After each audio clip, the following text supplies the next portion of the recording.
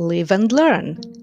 Welcome to Season 2 of our weekly conversations about living, learning, teaching, and intercultural communication. We discuss cultural awareness and diversity, education and mentality, and we never really know where our talk will bring us in each episode. So, we just follow our curiosity and invite you to join us. In one of our previous episodes, we gave some tips on how to learn during vacation. Now that we are approaching a new academic year, we are talking about getting back to normal and being resourceful as a student and a teacher. We share some tips for starting a new school year, setting smart goals, and applying an agile approach to teaching and learning.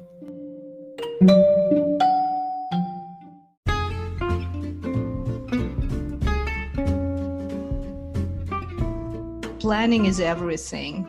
The goal should be smart. It should be measurable, active, achievable, and time-bound. Also on part of parents and students, there should be collaboration if we want to do an efficient thing together. What have you learned? Like, what did you achieve? What did you acquire as the new skill that can help you already to be prepared? This year has been different. School has come to your home. So now it's everybody's responsibility to get equipped, to be ready. Or if we continue to study remotely, anyway, it's our responsibility as students, as parents, as teachers to bring the utmost and to take the utmost. The most important is like taking care of yourself, taking care of your own energy, of your own resource, of your own well-being. Hello, how are you doing today? Fine, it's hot here and it feels like real summer. Finally has come the real summer to Germany. The second week, I'm not wearing the woolen socks. During my previous summers in the south of Italy, it was that hot all the time.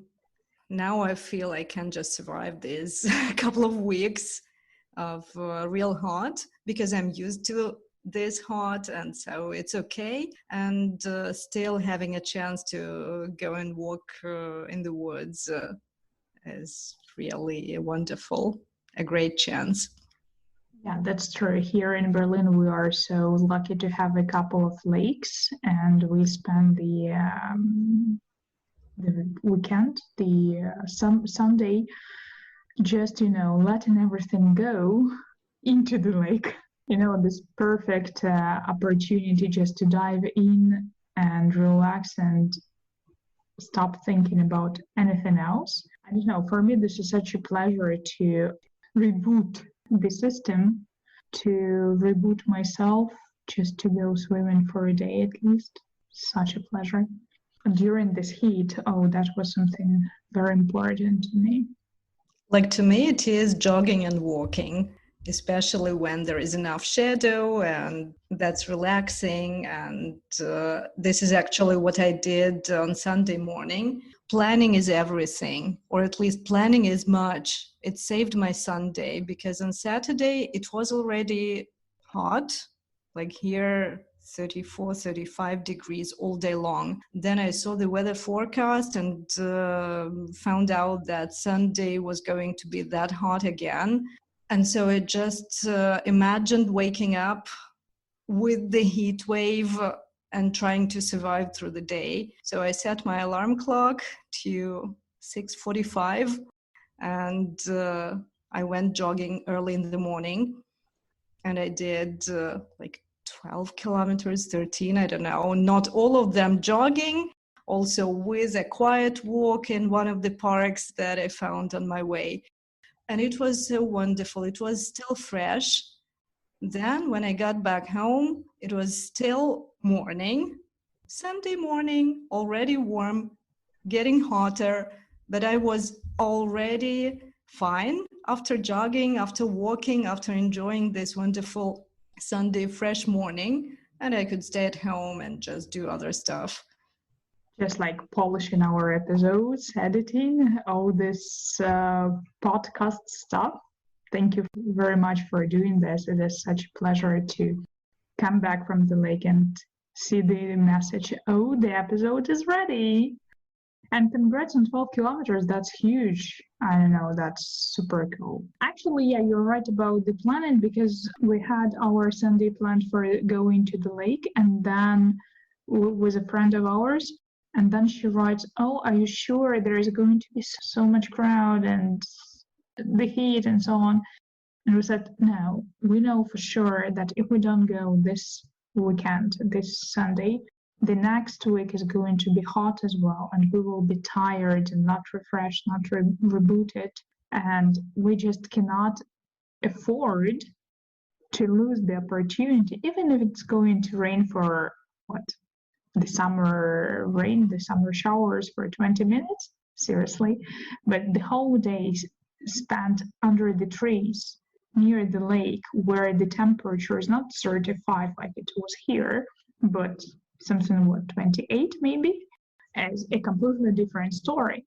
And now I feel so much energized. I already started doing my lectures for the new semester, for the new discipline, which is new to me and takes a lot of inspiration actually. And inspiration should come from being revitalized, re-energized, resourceful. That's again planning. I need this energy to be able to do my duties. It's also true about planning and getting ready for the new academic year, as you said. And if you know now that you won't have so much time in September when the courses will start and you will be really busy on a daily basis, you won't have so much time and energy as well for getting ready for lessons during the week. So the course in a nutshell, in general, should be prepared now when you have this resource. And it's also true for students who want to or who plan to start learning or continue learning a new skill during the new academic year or new school year. And so while we discussed in one of our previous episodes how to learn on vacation, now maybe it's time to discuss how to learn during the school year. Or rather, on this adaptation period, when you still want to spend so much time outside, still enjoy the summer activities, but you actually have your first classes, lectures started. Do you remember that the New Year school, the way it starts as a kind of a difficult period for you when you were a schoolgirl? The 31st of August was the most horrible and stressful day during the summer holiday. So we didn't used to have those printed copybooks with the border on the right and left. And this was something to be done on the last day of August. As we used to go to school, we used to start the school year on the 1st of September, and the 31st of August was officially the last day of holiday, but also in most families, a stressful day for all the school children to line their copybooks. Then, was it stressful in other ways? I think not. It was exciting because you were looking forward to seeing your classmates who you haven't seen during the summer, and a lot of expectations, new books to start the new school year with. I would say it was exciting as well. I actually cherish the memories of the very first couple of classes when I was like 6, 7, 8 years of age, when we were just getting into the spirit of going to school the 1st September. And we were so lucky. Our parents actually were not that, they didn't comply with the orders, let's say so. And I remember that we spent the time at the seaside when everybody started their school year. And my parents thought that it would be much better to spend a seaside time for like 1-2 weeks and to leave it out from the education because there's still nothing very super duper difficult in the very first two weeks. And I remember this absolute gorgeous freedom of not going to school when everybody's gone to school while we were going to some base. Of course, it's not all the years, only 2 of them, but that was already a feeling of freedom and wisdom of our parents seeded in us from 6 years of age. Can you imagine? So we already knew that it's not the rules that we need to obey, but it's our well-being and psychological, physical health that is prioritized in our family and spending time together. And when we grew older, another thing that we would spend most probably the last 2 weeks of August in our dacha, which is the summer cottage where our parents lived during the summer. And of course, we would run there barefoot to get the water, to go to the lakes, to from the dawn till dusk. And I remember the worst pain of going to school is after the whole summer of running barefoot, jumping everywhere, swimming, going to the trees, and so on. I had to actually wear the shoes. That was a psychological and physical pain. All sorts of pain of starting school again after being on vacation, feeling relaxed, and then back to normality, as they say now. Back to normal, yeah. Now we have the new normal. I'm sorry, I don't even know what we are coming back to, because the first months or so we're still going to be teaching online. So back to what? Back to computer and Zoom? And yeah, it's never back to something because it's always development, evolution anyway, whatever we think about it, whatever we prefer. And so it's not back to something, it's forward. And what is important is to feel and find our way of doing in this new, developed, changed condition, situation, etc. Yeah, so that's more embracing this new roles, new school, new environment, new class, new schedule. And that is actually a skill again. So isn't this something that we discuss in soft skills, in the growth mindset, the skill to embrace the new environment, to embrace the change? Do you think that if we're talking about change, that means that the parents and school teachers and administration of educational institutions, should probably facilitate the process? Most probably they're doing it anyway. Hopefully they do. Yeah, of course, it's about looking at the situation from the perspective of making it possible to study in these conditions, those conditions that we have or are going to have. And yes, of course, it's one of the tasks of school and university management, and also on part of parents and students. There should be collaboration if we want to do an efficient thing together. It's no longer about university management or school management bringing education to your home. Now, this year, your home has been a place of getting education. We've all participated in different roles, and so it's not you as a parent sending your kid to school in hope that they would get some education, inverted commas, there. This year has been different. School has come to your home. You had to be a welcoming host. You had to organize a good again, welcoming environment, for education to come to your home and be embraced as an opportunity, be taken, be welcomed.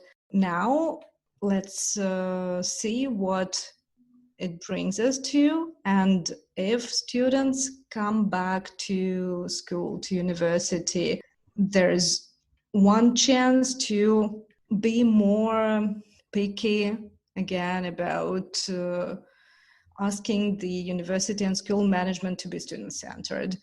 Or if we continue to study remotely, anyway, it's our responsibility as students, as parents, as teachers, to bring the utmost and to take the utmost wherever education is happening.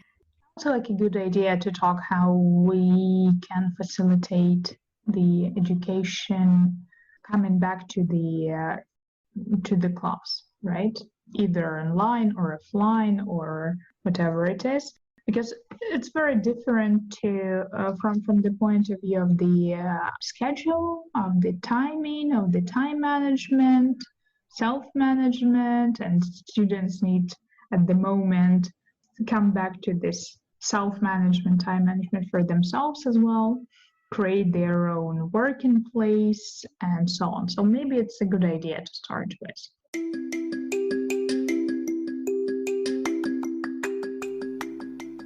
Maybe it's a good idea to start on the tips, how to facilitate coming back to school year. When I ask my individual students what they think about the new school year now, I ask whether they, first of all, I ask whether they know if they're going to come back to school or to continue remotely. And almost no one knows. So tip number one for facilitators is to be close to students in this situation of uncertainty. Yeah, I'm asking that and I don't want a ready answer. Me neither. I don't know the answer to this question. So I'm ready to be there for them with this uncertainty.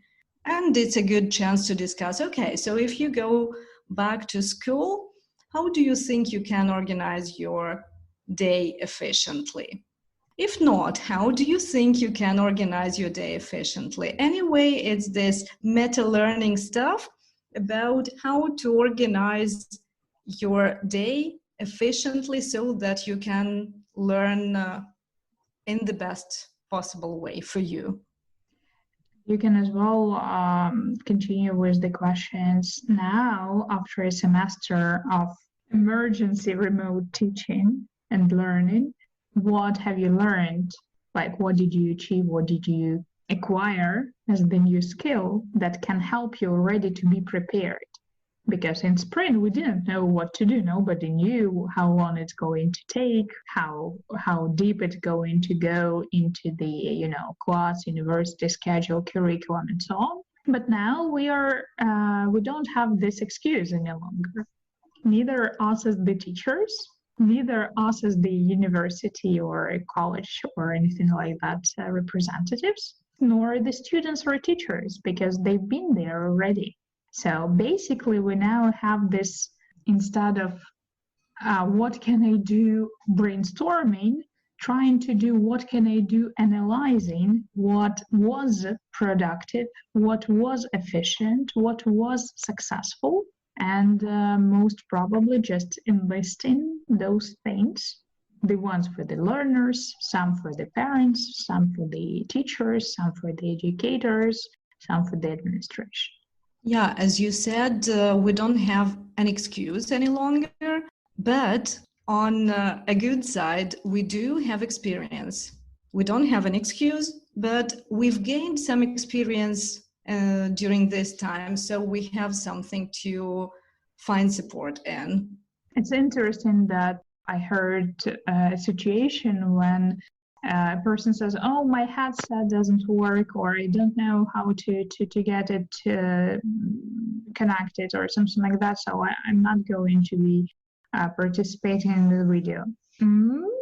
Sorry, you are getting ready to the new school year. You know that half of it at least will be online. So most probably it is just as necessary to get equipped, not only with the digital things, but equipped with the skills, with the attitudes and your own decisions, what you're going to do.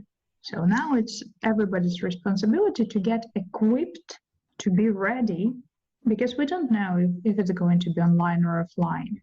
It's most probably will be blended, and we don't know to which percent it's going to be online or offline. Most probably it will be very different depending on the school, depending on the teacher, depending on the subject, depending on the time. Maybe lockdown comes, maybe it doesn't, maybe it comes locally.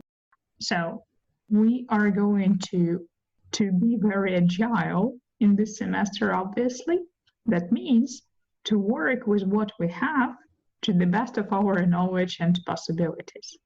And so some of the tips we could give and use ourselves is to organize your day, first of all, whatever or in whichever way it's going to go and to be organized.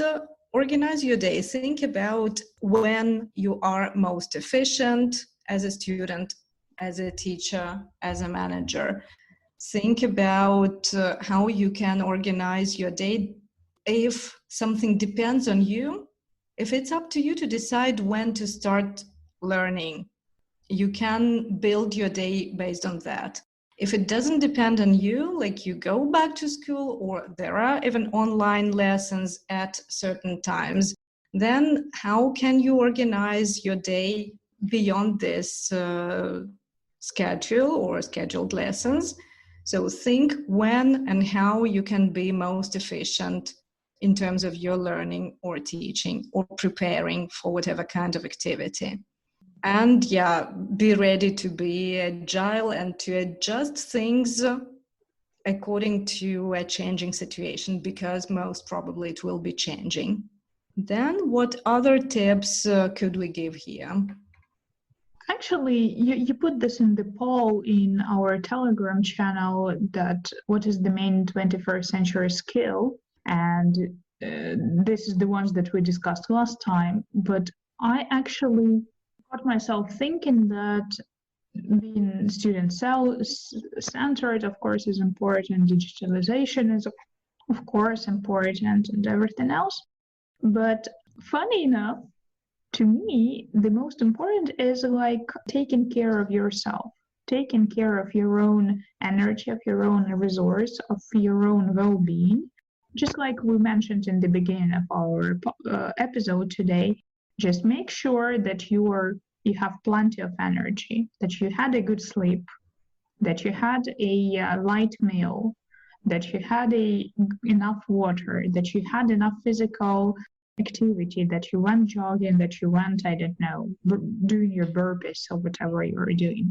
That your routine, as you are saying, being planned, should be also well planned, not only according to your work or study that you're doing, but like getting prepared so that you are ready and equipped, again I'm saying this word, for the upcoming day, month, semester, quarter, whatever your studies are.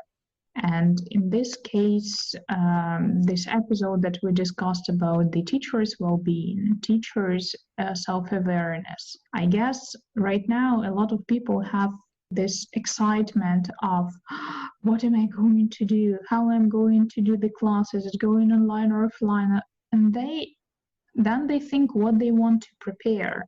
So we're going to study this subject, this is what I wanted to do, this is the collaborative processes, but how can I put these students who need to be 2 meters one from another into the collaborative process? So they are thinking a lot about digital component, student component, or content component.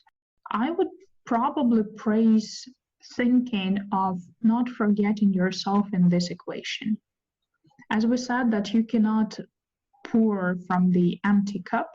So this all will not happen if we forget about us being at full capacity, prepared, energized.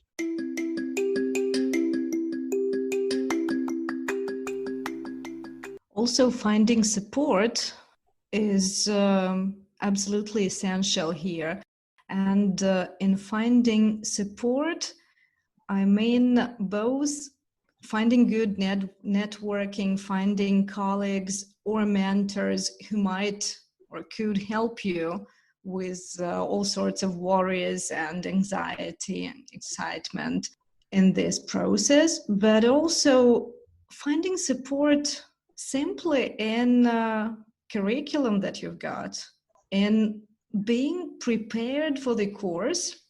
Again, something that we discussed in the beginning. When you are prepared for the course, you can find support here in your preparation because it's the basis on which you can stand firmly without much trouble during the semester. Then, if you've got a textbook, even if it sounds boring to many teachers who want to be innovative all the time, who want to create new games, activities, material for each and every lesson, anyway, stop for a while, think whether it's going to increment something that we also discussed previously. Is it going to add as much value, as much effort you put into preparing this stuff? Or isn't it better to stop a bit and think, I've got my curriculum, hopefully it's not bad.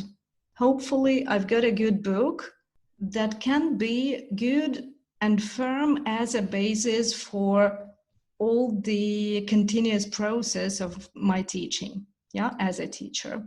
And then when I feel inspiration and energy, I can add materials to this. In case I don't, remember there is a teacher's book. Remember there is your curriculum that you could stick to. Remember there are colleagues who can give you support and advise you on something. And don't forget about your personal well-being as a teacher. Then, as a learner, I would say the same. If you've chosen a course, a teacher, a school, a book, it can be good basis. Stop for a while instead of searching always something that would be even better, even more, even higher, even whatever. Stop and think about your routines that can bring more quality than probably any kind of rushing around in search of something better. Then consistency would be your support and your help on your way to reaching your aim, to achieving your goals. You're so right here. I know this is so wise to say. I was thinking while you were talking here that it is really important not to forget that we are all out of our comfort zones for so long now. And pushing ourselves further is a very good thing to proceed and, to do. But we really need to remember that we are good enough, well enough, we're doing enough, we're studying enough already because we have our good intent to do so. And that's true because it's not about laziness and the comfort of something traditional that every day is the same, every day is the same book, the same teacher. Like we're gone past through this era, I guess, decades ago. But you're so true that now everybody wants to do so much and to jump over their heads, to jump over the necessary, that a lot of there's so much information, so many lectures. You can go to watch videos on whatever topic possible at all in the world. Most probably 70-75% of all the information that exists is for free. So you can actually go and get your own education. The problem that we discussed actually already about online education and can we call what we get online education, is actually finishing the courses, acquiring the skills, implementing the skills rather than that endless signing up for the courses online and then thinking, oh, maybe I don't want to finish this. Maybe this Harvard course is not good enough for me. Come on, just get yourself a necessary, like what you can lift, like, know your weights, what you can lift, how many courses do you want to do, on which disciplines. Do you want to go to the new online course on each discipline? You won't have enough time. Come on, be realistic. So I guess to summarize what I'm trying to say, I feel like I'm impressionist in my answer here right now. I need some core. So the core is, if you want to deepen your knowledge in any subject, try to understand how much of real time do you have per week. How much that will it help? Will you be able not only to start and sign up, but to do the exercise, to do the learning, to find the skill, to find the knowledge, to write the final, paper or exam, whatever it, and to actually receive that certificate or end up this learning unit, and try to know what you can do now with it. So it's not like collecting the certificate, but trying to understand why you're doing, what you're building on it would be something that I would advise. A comment on part of learners would be, guess who is more efficient in their learning and in achieving their goals? People who say, I'm so motivated, excited, I want it all, I want it now, I'm so ready to learn now, I feel so much energy, I'm ready to learn. Or someone who says, I'm ready to learn Tuesday, Thursday, Saturday, starting September, a break for Christmas, then back until June. In my experience, the second type are more efficient in achieving their goals than the first, more enthusiastic people.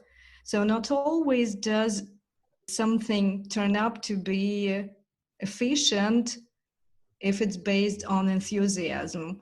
More value can be obtained by consistency, routines, however boring it might sound. And as well, we are people who love learning, they're so thirsty on learning. I want more, I want that, I want here, with this teacher, with that teacher, I want English, Japanese, French, Korean, Chinese, marketing, business consulting, everything. Try to prioritize, try to know what you want, try to understand how much time do you have.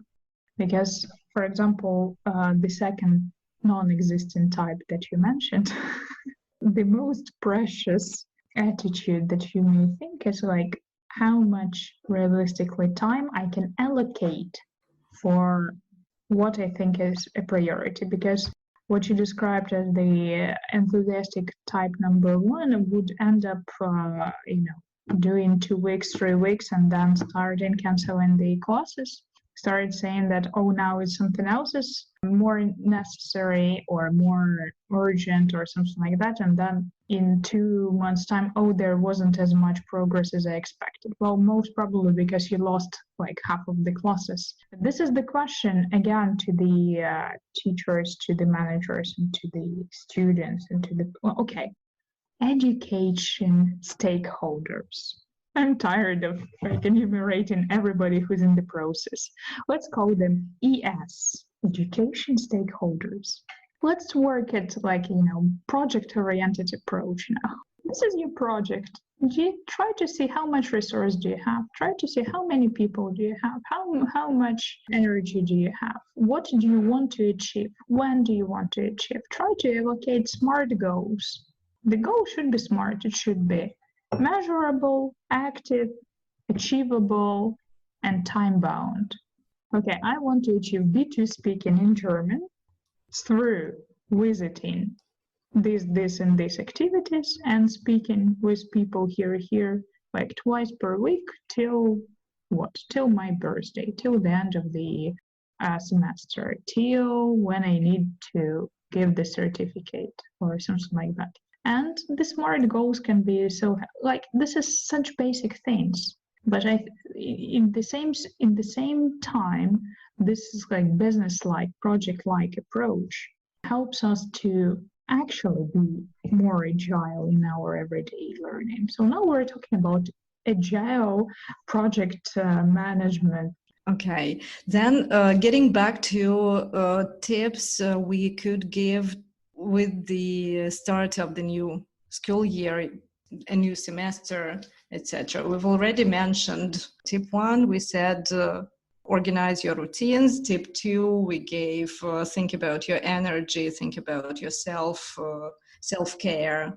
Then think of your learning as a project. With smart goals, keep on finishing, not on keep on starting, but keep on finishing the learning projects you're into. And stick to the skeleton of a curriculum. It is part of something that we said about self-care, both of teachers and learners, of all the education stakeholders. And stick to the skeleton of learning of your curriculum. To your strategy. So, and it will help you reach your aims, because if we talk about university management or course authors, these people think about where they want to bring you in the end of the course. They keep aims in mind. Why not trust them? Why not trust that they've already cared about your way and your progress, and just trust them and do what the curriculum presupposes? But don't quit on the way. Think about how much effort has already been put into creating the course. And if you've chosen this course, keep learning, keep this trust to the course authors, and do this way together with them. Then in the end, you'll look back and see, well, that's how much I've done. This is what I've achieved. Here is my certificate. And now I can be satisfied with my progress, with my choice, with my course, with my completion. Try to think that the bigger picture. Mm-hmm. This course lies within your overall education, where this particular additional help from the online courses, tutors, something else, where does it align to what you want to receive as an education, either in school? What kind of the hobbies, what kind of the extra classes do you want to take? Where does it align? Again, in the university, there is such a portfolio of the courses. Try to choose those that actually compile together to make a substantial achievement, rather than just a number of courses which fall apart because you don't know what to do now. So when you're trying to plan your new year, your new school year, you most probably, as a learner, as a school person, will end up like what's available or what is offered. Like, for example, extra French classes. Like, do you really need them right now? Or do you need some more math? Because if you want to go to the full one. So what I'm trying to say is, when you're going to the new year, try to think how it all will sum up, add up, and multiply one another, so that it becomes the aligned future path, rather than just 15 new classes that you've taken.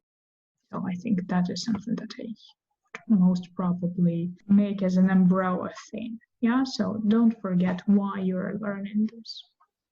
Keep the bigger picture in mind. Live and learn. Learn and live.